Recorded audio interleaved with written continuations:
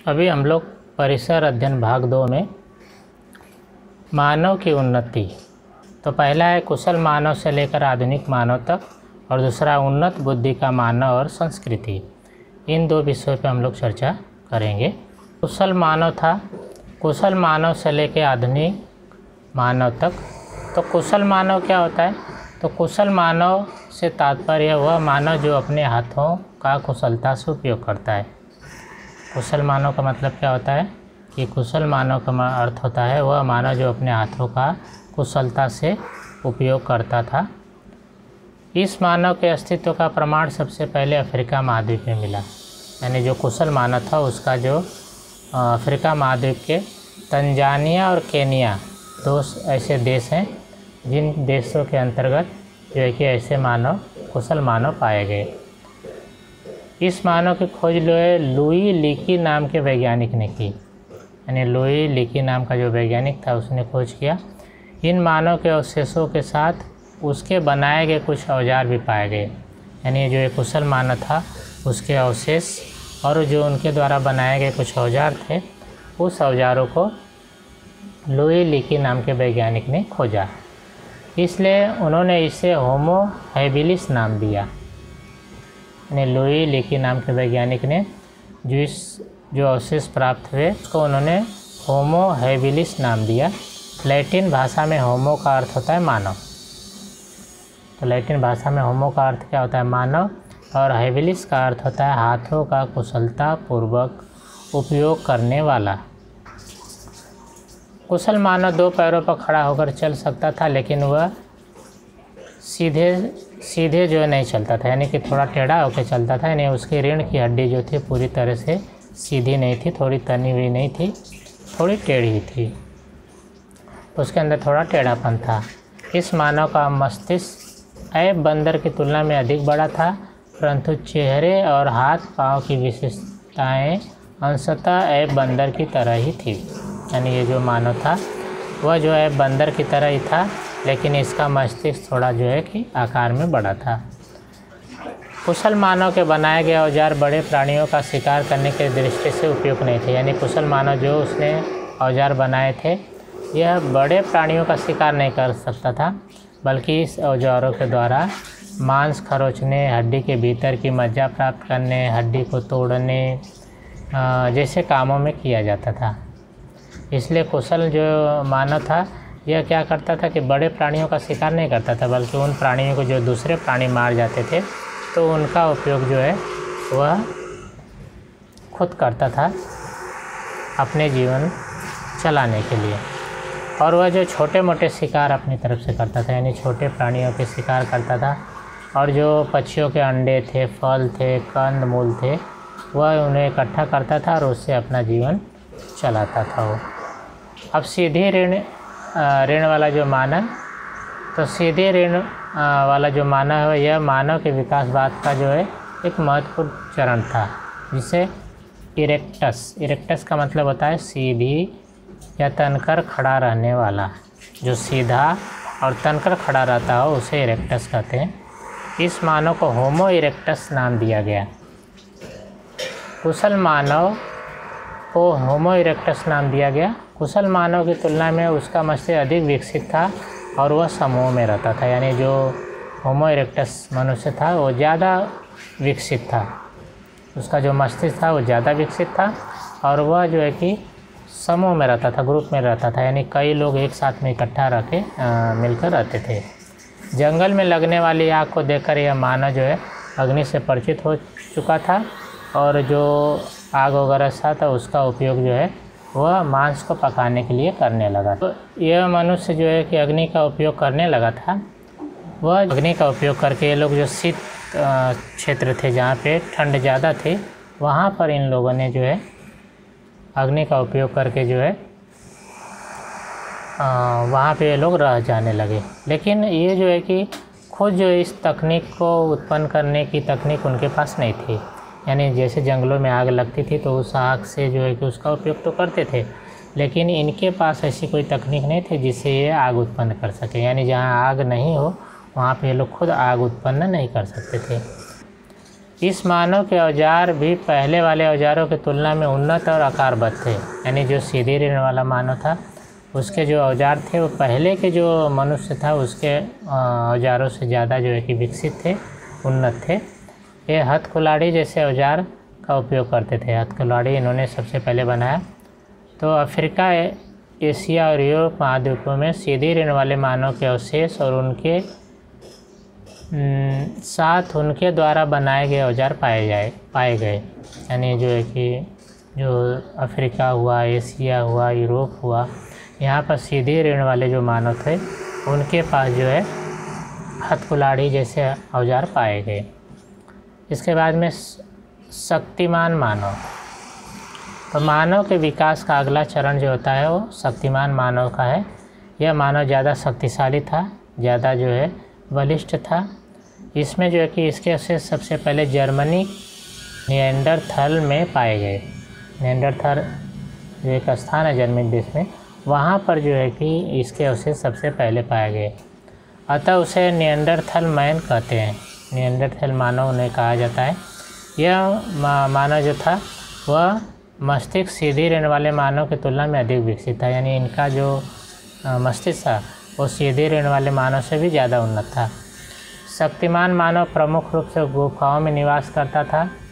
वह पत्थर से छोटे पत्थर और छोटे पत्थरों को घिसने से निकलने वाले छिलकों, इस प्रकार दोनों से विभिन्न आकार के औजार बनाता था। यानी जो पत्थर से जो छोटे पत्थर होते थे और जो छोटे पत्थरों को घिसने से जो पत्थर निकलते थे, जो छिलके निकलते थे, उससे जो है कि वह औजार बनाता था। और उन औजारों को लंबी हड्डी और लकड़ी के बेटों पर बिठाकर भाला, कुल्हाड़ी जैसे औजार बनाने लगा।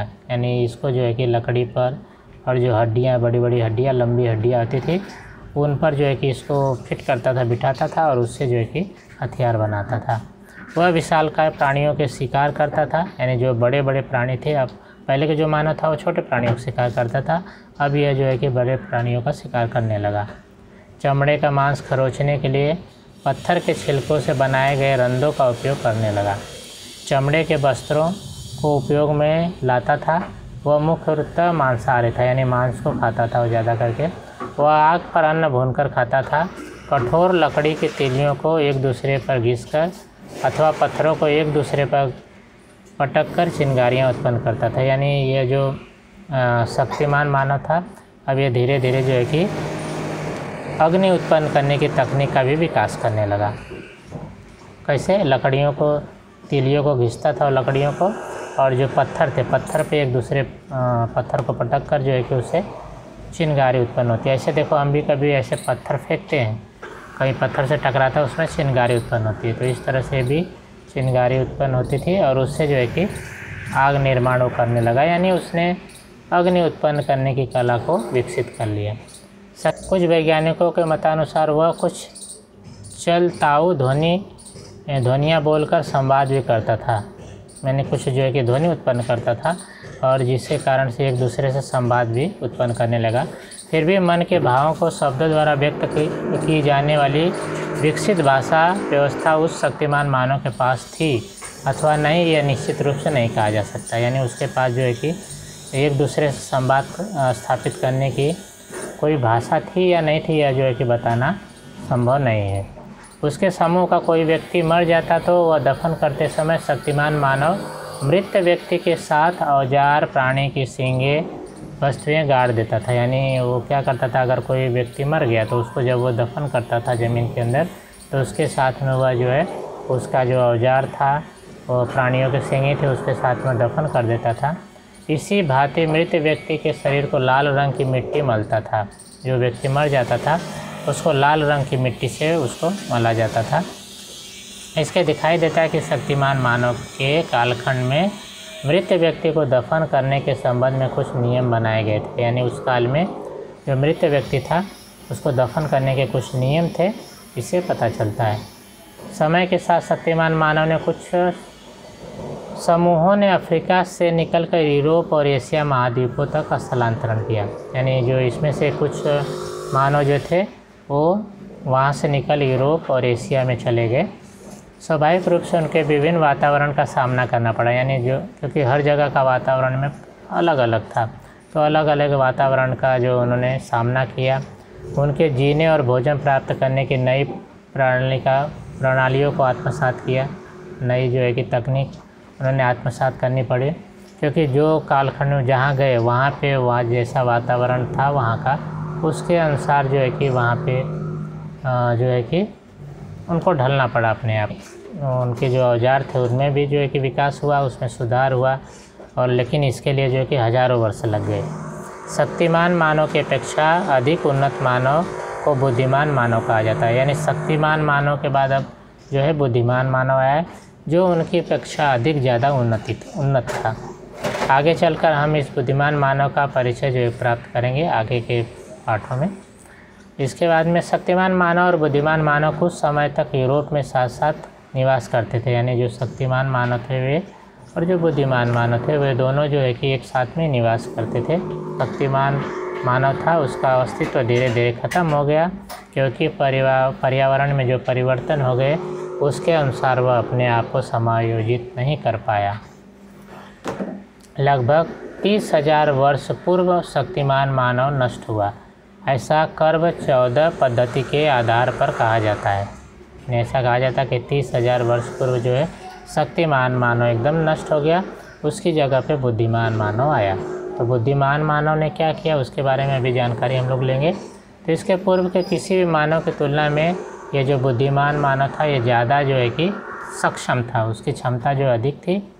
इसी को होमो सेपियन कहते हैं। सेपियन का अर्थ होता है बुद्धिमान, इसको जो होमो सेपियन कहा जाता है, और होमो का मतलब मानव और सेपियन का मतलब बुद्धिमान, यानी बुद्धिमान मानव।